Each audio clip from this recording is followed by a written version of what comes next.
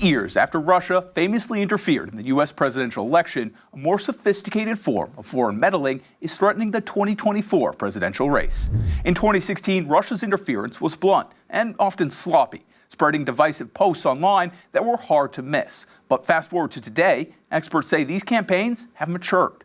U.S. intelligence agencies say that Russia is backing Donald Trump's candidacy, while Iran favors Kamala Harris. China remains neutral, but all three nations share a common goal: to undermine confidence in American democracy. Michael Casey, director of the National Counterintelligence and Security Center, described a recent report from the Foreign Malign Influence Center. You see the Russians and the Iranians in particular trying to interfere in the presidential election for weirdly different candidates. The Chinese seem to be playing in local state-level elections, not very much on the presidential or national. But yeah, you 100% continue to see other countries attempt to interfere or influence in our election. Unlike 2016, these foreign influence campaigns aren't limited to Facebook. Today, the disinformation is spread across dozens of platforms, from popular social media sites to small online forums, even chat groups and messaging apps.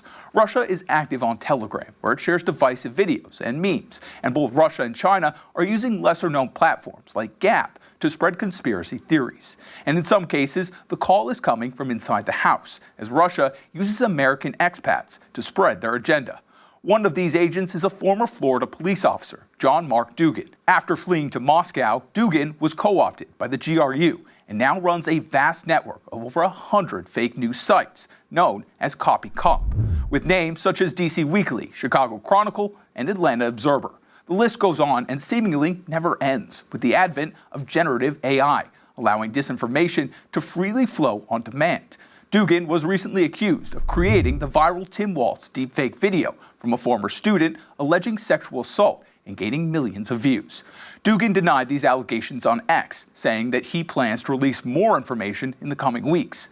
Iran, for instance, has set up online sites that seem to cater to distinct communities. One site, called Not Our War, targets veterans with anti-American conspiracy theories, while Afro Majority creates content for Black Americans. And Savannah Time aims to sway conservative voters in Georgia.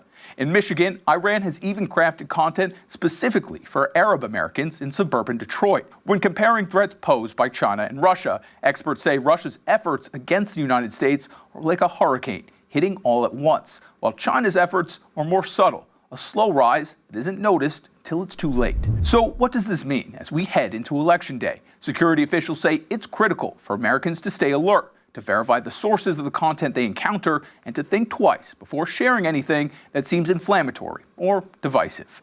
For more unbiased updates and straight facts, download the Straight Arrow News app or visit san.com. For Straight Arrow News, I'm Jack Almer.